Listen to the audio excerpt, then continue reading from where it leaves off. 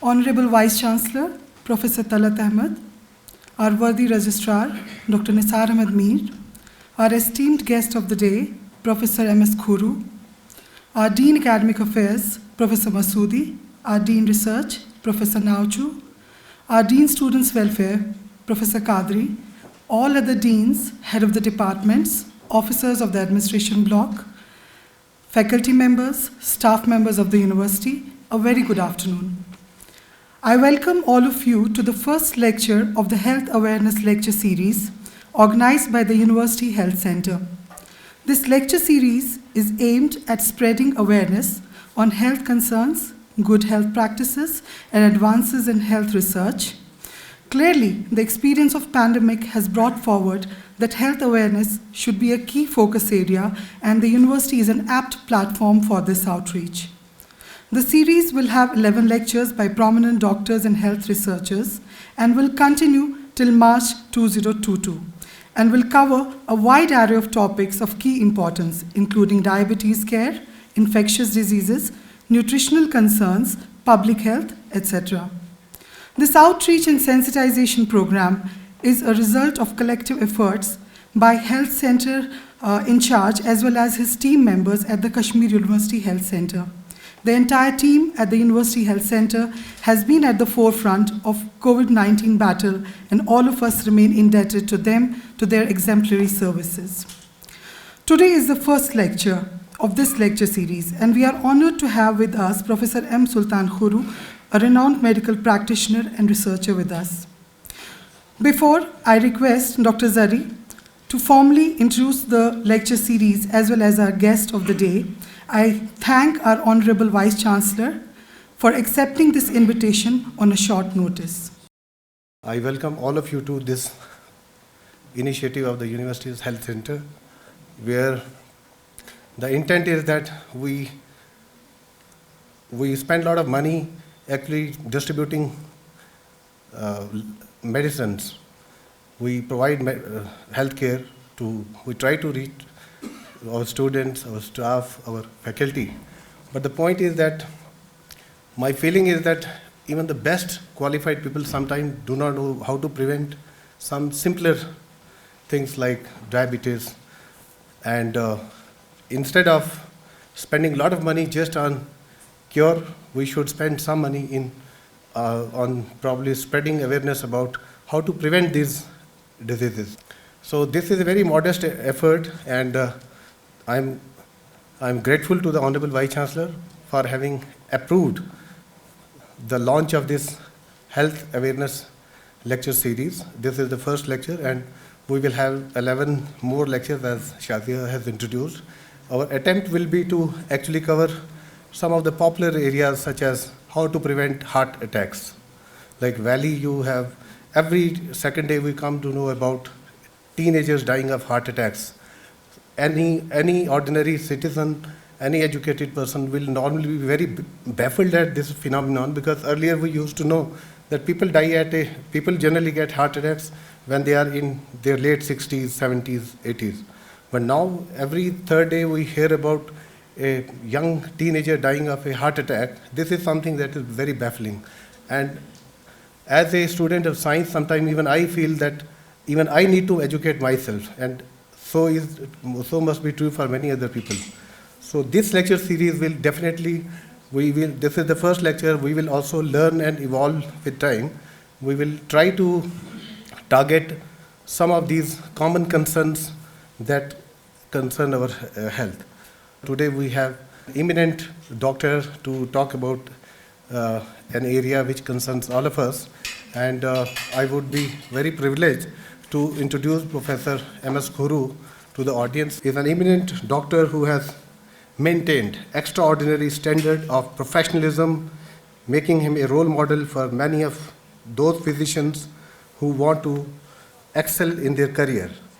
In his clinical practice, Dr. Khuroo has maintained high standard of ethics and morals with empathy and discipline of exemplary nature, and served the society with unparalleled conviction and passion. However, the discovery of hepatitis E during an epidemic in Kashmir in 1978 When 200 villages with a population of 6 lakhs people were affected by the disease, for that discovery, he is acclaimed as a discoverer worldwide. He has received several national and international awards from innumerable medical associations such as NIH, USA, CDC, USA, and foreign governments. Ladies and gentlemen, with this very brief introduction, which apparently was long, I take the privilege of inviting him to the dais for sharing his lecture. I thought it's very important that you people are all involved in the University of Kashmir in research. And this research is a basic research, but there is another part of research which is related to health awareness, that is the biomedical research.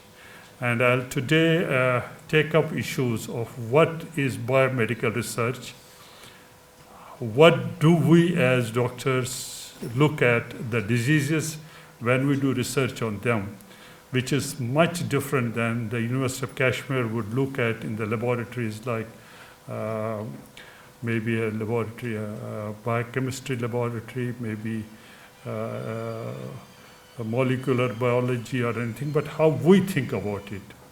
And when we think about it, what do we do? And why are doctors involved in research? Because their basic job is to do treatment and see patients and relieve pain and suffering. And how are we involved? And I thought I'll take those issues and probably bring it to this august audience as well as to the community, that what are the fundamentals of biomedical research, what are the ordeals which the doctors face when they do biomedical research, and what are the objectives with us when we do research as doctors. And so I'll start with this, and before I really start this lecture, I must pay a tribute to so many people. And most important is probably from I came to my father and to my family members and to my wife. This is very important, that whenever you do something which is hard as doing research, leaving patient care and then leaving teaching, particularly research, I think we need to have an understanding that we have been brought up, how we have been brought up. That's number one, and who brought you up. And while somebody has brought you up, what support you need. And your support from the family and the children is fundamental. One of the important concerns of research is, where is the time for the doctor to research? And in addition, research impinges on the patient care activities and offers no financial benefit. This, I think, also is a myth which I will disprove here. The concept also, the research is to address questions, which is most important. And the questions are with the doctors. Now, if we have to do biomedical research, we have to know what we have. We cannot do esoteric research. We have to see, and I will show you practically, that we have to see what are the questions. And so questions are with us. And doctors are the ones who face questions, and the ones who have to answer, who have the material, the patient, to answer those questions. I'll prove it in several examples in the next few, maybe 20 minutes. Very important is that research should never be done as a duplication. I am always against it. If there is something which is already done and you want to waste your time to do it again, unless you have a serious reason to doubt it, please don't duplicate research, and which has been my always, and you cannot publish research in journals which are predatory, which take money and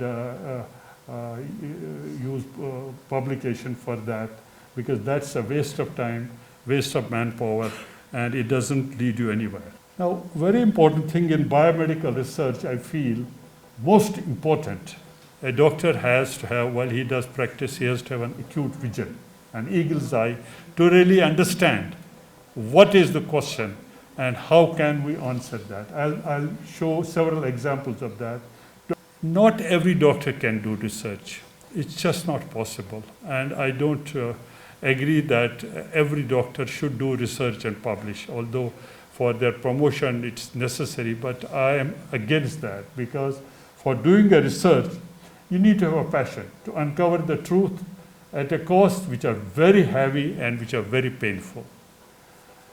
There has to be an aptitude to conduct ones with ethics, dignity, and with respect to the system. This is very important in research.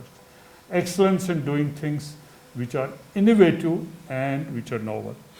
Now, if you are in the US or Europe or in advanced country, you don't need necessarily, because the system is made, the diagnostics made, the quality how you produce research made. But in a country like India, you have to use innovative methods.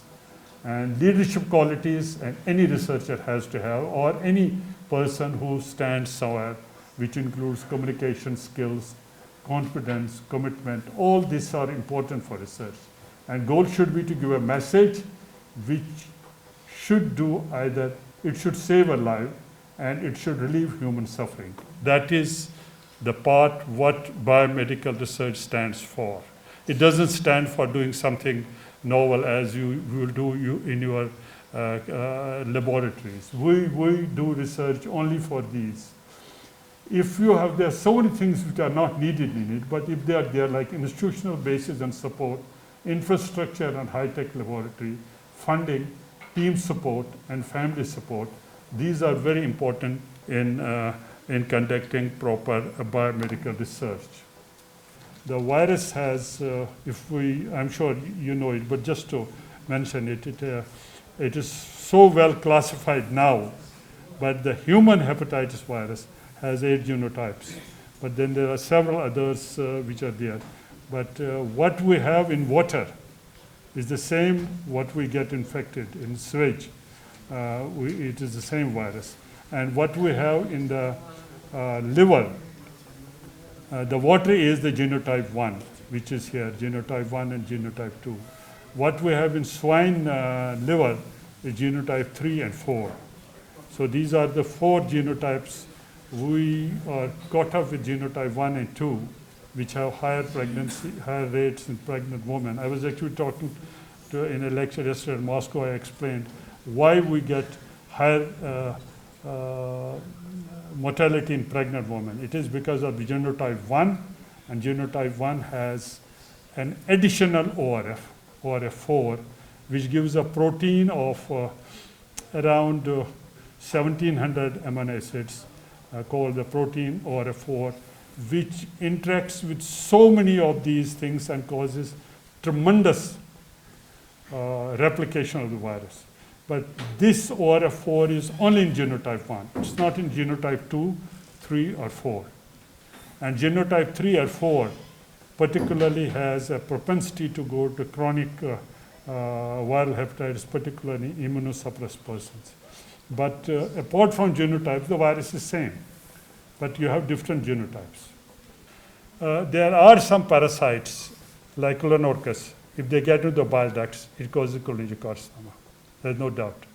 Particularly in Southeast Asia, Colonorchus is a major cause of cholangiocarcinoma. That is irritation. The problem with, and because that goes into the bile duct and lives there for years together, and causes irritation, metaplasia, dysplasia, and cancer. The problem with Ascaris is that it's mobile. It can die in the bile ducts, but it's not a very common manifestation. So it goes in and comes down. So we have not stated any association of cholangiocarcinoma with the worms. Now, whether there is an association of other cancers, I don't think so. But if you have worms like Ascaris or any other worm in the gut, probably your immunity is enhanced. And so you may be protected from some immune diseases. This is just a conjecture. that you may be protected. But I don't think there's an assertion of cancer as of today known. Maybe somebody comes with a bright idea and finds it out, but we don't have any data on that. We said there are three things in COVID. One is the virus, and it is variant. And we have shown that from a normal virus, we are dealing with a new virus, which is the Delta virus. It's completely new, it has newer manifestations. So that's one. Second, what will happen is, who are the people who get infected? Those who are already are immunized, they will get infected. And those who are not infected, they will get infected. So both will get it. So please understand that if you have a vaccine and if you have antibodies, even neutralizing antibodies, don't think you will not get infected if you are exposed. You'll get it. But there's a difference between the two. The person who is get infected and already is immunized, he will suffer a clinical syndrome which will not send him to hospital, unlikely, which will not kill him. So that is why the deaths are low in vaccinated people or immunized people or those who have antibodies. Those who are not vaccinated, then the Delta virus will infect them and it can kill them, and there's already isolated deaths here and there, which are mostly in unvaccinated people. There is another thing also which will determine that this COVID is phenomenal. It does not come the way the first wave came. The first wave came completely different way and spread differently. This comes up mostly when you go in closed atmospheres, and actually I have made a video film, I would have shown you, it's beautiful. You have to have a closed atmosphere and you have to have many people together. And you have to have windows and doors closed. This is classical way how this COVID you contract it. Once you contract it, then your whole family contracts it. And then once somebody gets it, in about 2 days, it gets into that whole family. And you would have seen it, I think if you see the story. So that is the transmission is different. And the mortality is obviously different in vaccinated and non. But then there are dangers, two dangers. One, you may get new mutants, and second is your immunity is waning. So please check your immunity if you are high risk. See whether it's a neutralizing antibody, and take, even without Government of India's approval, take a third dose. Take a third dose of vaccine.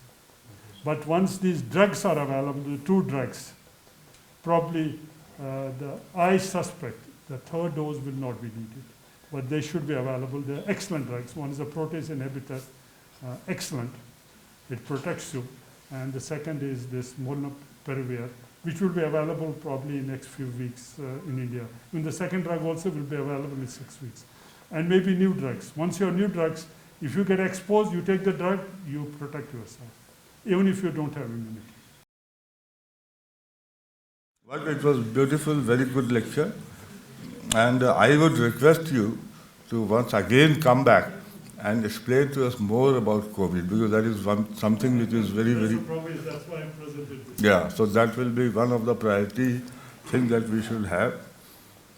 And I think Dr. Zarri and the group have made a very good beginning to have this health awareness lecture series. And we want to know what are the reasons, because I know that from the time I've come to Kashmir, there are lots of things. Our scientists are working on this colon cancer and many things, which is more common in Kashmir compared to others. So whether it has something to do with food or genetics or whatever, as Altaf was trying to find out. But that is one thing. But I also want that Zarri Shah should see that we get people to talk about day to day, because I see very young people dying of different diseases. okay, like heart attack and many other things. So how to prevent? Whether it can be done through exercises or changing a food habit or changing the daily habit. So all these things, just small tips, could be very useful for all of us. And at the same time, like Dr. Khuroo's lecture, it was very, very technical but also very scary. The thing is, all these things need to be understood and researched, and from that angle, Dr. Khuroo's lecture was very important, particularly for our biological sciences people. So they should work on these things, because Kashmir, and there is lots of funds available now for this type of research, which concerns the local population and things like that. So I thank you, sir. It was very nice that you, and we welcome you back as per your convenience to talk more about COVID. Maybe the next lecture should be also from him only. The COVID is most important now. So thank you so much.